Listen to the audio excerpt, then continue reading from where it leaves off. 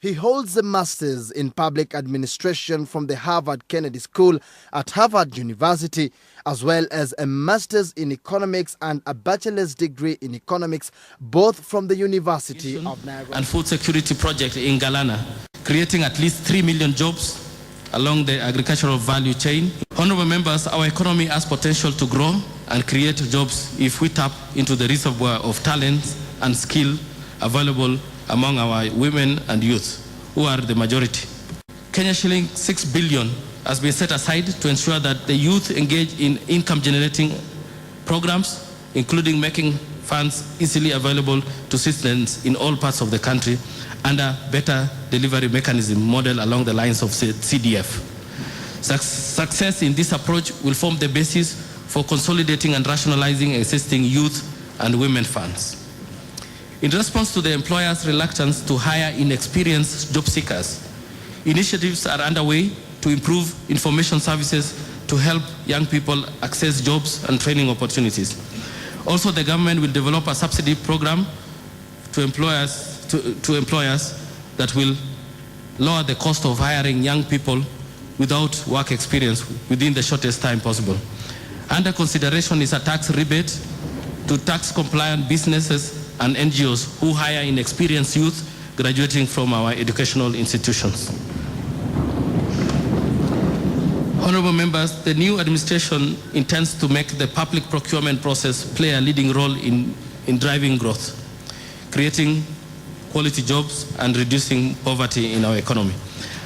Under the new administration, we are reforming the public procurement to reduce the turnaround time to complete a procurement process and make it less cumbersome, more transparent and supportive to our economic transformation agenda. In this regard, I have proposed amendments to the procurement law.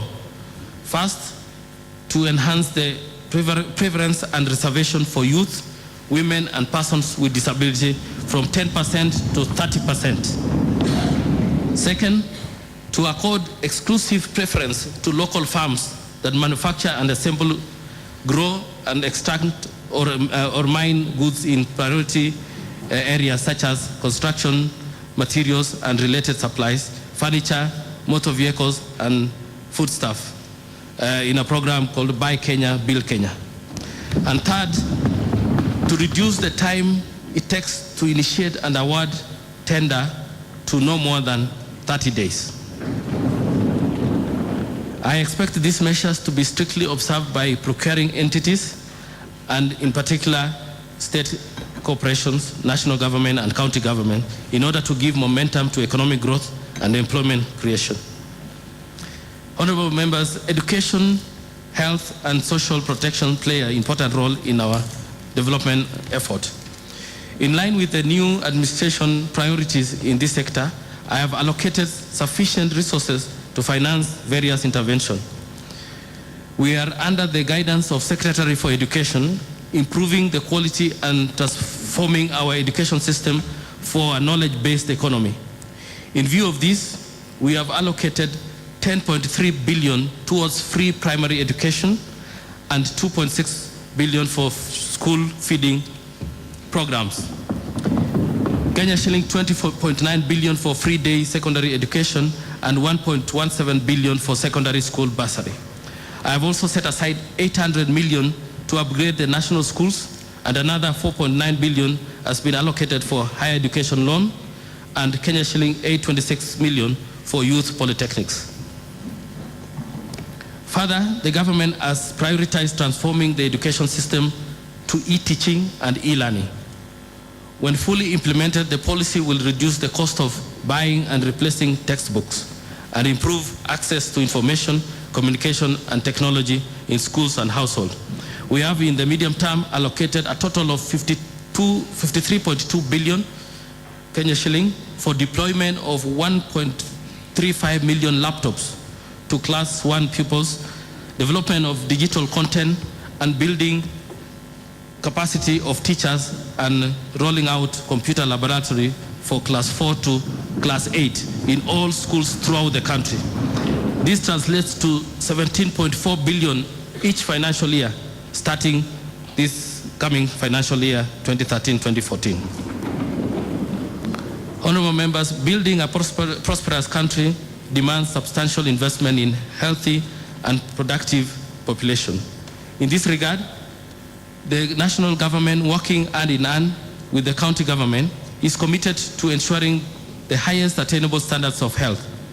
Under the able leadership of the Secretary for Health, we will achieve this objective by, among other interventions, improving our healthcare infrastructure throughout the country, restructuring and transforming KEMSA into a robust institution with effective devolved distribution network to avail medical supplies to healthcare facilities.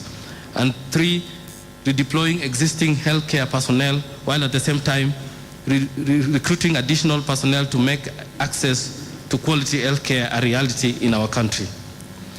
I have in this regard, honorable members, allocated an additional Kenya shilling 31.6 billion over the MTF period. Starting next financial year, a total of Kenya shilling 10.6 billion has been proposed, of which 3.8 billion is for free access to maternal health, and Kenya shilling 700 million for free access to all health centers and dispensaries. I have allocated a further 3.1 billion and Kenya shilling 522 million for recruitment of 30 community nurses and 10 community health workers, respectively, per constituency to provide quality healthcare services to Kenyans. Access to healthcare would not be complete without available and accessible personnel. Accordingly, I have allocated another 1.2 billion for provision of 1,500 affordable housing units to healthcare workers to enable them respond and attend to patients in a timely manner. Honorable members, we are not just making healthcare services accessible to Kenyans in rural and urban areas. We are also extending this critical service to our brothers and sisters living in slum areas in our major cities and urban areas. To this end, I have allocated Kenya shilling 200 million for the construction of healthcare facilities in slum areas of Nairobi, Kisumu, and Mombasa. Poverty and vulnerability pose significant risk to the well-being of some members of our society. With over 50% of Kenyans living below the poverty line, we have prioritized cushioning those less fortunate, poor, elderly, and persons with disability in our communities. We have in this regard allocated a total of 13.4 billion as follows. Kenya shilling 8 billion is for doubling the number of orphans and vulnerable children under the cash transfer program from 1,500 155,000 household to 310,000 household. We have set aside Kenya shilling 3.2 billion for increasing twofold the number of elder persons under cash transfer from 59,000 to 118,000. Kenya shilling 770 million for doubling coverage of those with extreme disability from 14,700 to 29,400 households. Kenya shilling 452 million for doubling the number of other disabled persons under coverage of cash transfer. And Kenya shilling 400 million for presidential secondary school bursary scheme for orphans, poor and bright children. Kenya shilling 356 million for urban food subsidy, and Kenya shilling 100 million for albino. Honorable members, the total revenue estimates for financial year 2013-2014 is 1 trillion and 27 billion. You can tax me, you can tax anybody you want to tax, you can tax anything you want to tax, but do not touch essential commodity. Security has become a priority.